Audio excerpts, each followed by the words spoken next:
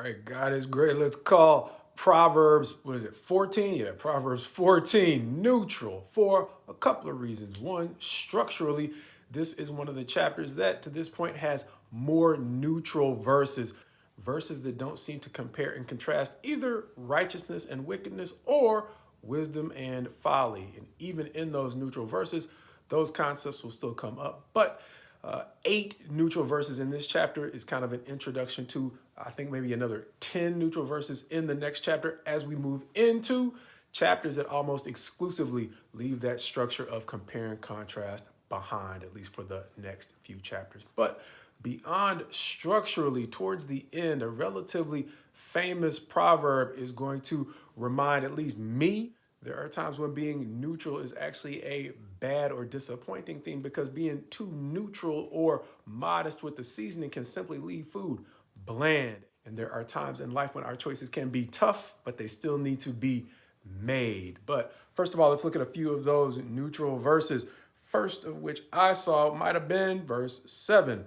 Leave the presence of a fool, for there you do not meet words of knowledge. Once again, not a compare and contrast between wisdom and folly, just a dedicated warning about staying too long in the presence of the foolish. Verse 10 reading though, the heart knows its own bitterness, and no stranger shares its joy. Going on to verse 12 though. There is a way that seems right to a man, but its end is the way to death. Sometimes, like we say, the proverb preaches itself. Verse 13 will say, even in laughter, the heart may ache, and the end of joy may be grief. Once again, going to the condition of the heart. It's not always obvious. Going on, though, verse 17 is going to say, a man of quick temper acts foolishly, and a man of evil devices is hated.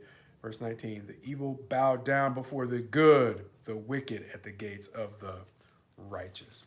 Going on, verse 26 will say, in the fear of the Lord, one has strong confidence, and his children will have a refuge. As verse 27 will say, the fear of the Lord is a fountain of life, that one may turn away from the snares of death. And even though verse 27 may be the last neutral verse that I found, some of these verses reminded me of a famous comparison in verse 34, which says, righteousness exalts a nation, but sin is a reproach to any people, which reminded me of that neutral verse where we said in verse 12, there is a way that seems right to a man, but its end is the way to death.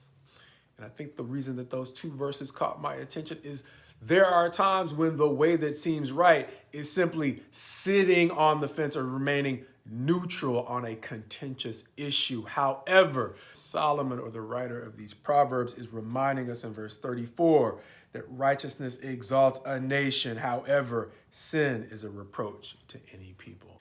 And even though, as we say from time to time, it can be awfully tempting to give into the pressure to turn a blind eye to the wrongs that are done in places where we just want to fit in, life does not afford us a comfortable place on the fence in every circumstance. And over time, if we cling to the fence in times when we need to make a clear choice, we can simply come across as bland. And so being neutral is not always a good thing, even though it can seem to be the safe choice sometimes.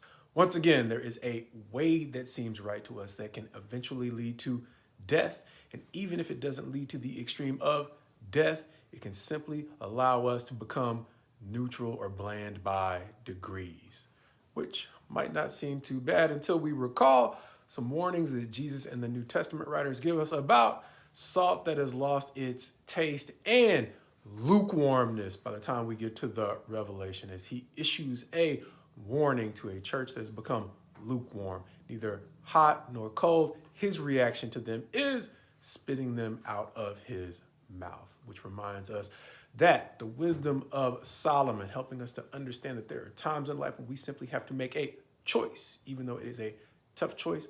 Once again, he is reminding us that failing to make a choice can leave us in places where we become bland over time because we are now occupying spaces that God refuses to fully bless. Understanding that the feeling of safety can be great, But I'm not sure that safety without a genuine sense of fulfillment can actually produce either happiness or joy.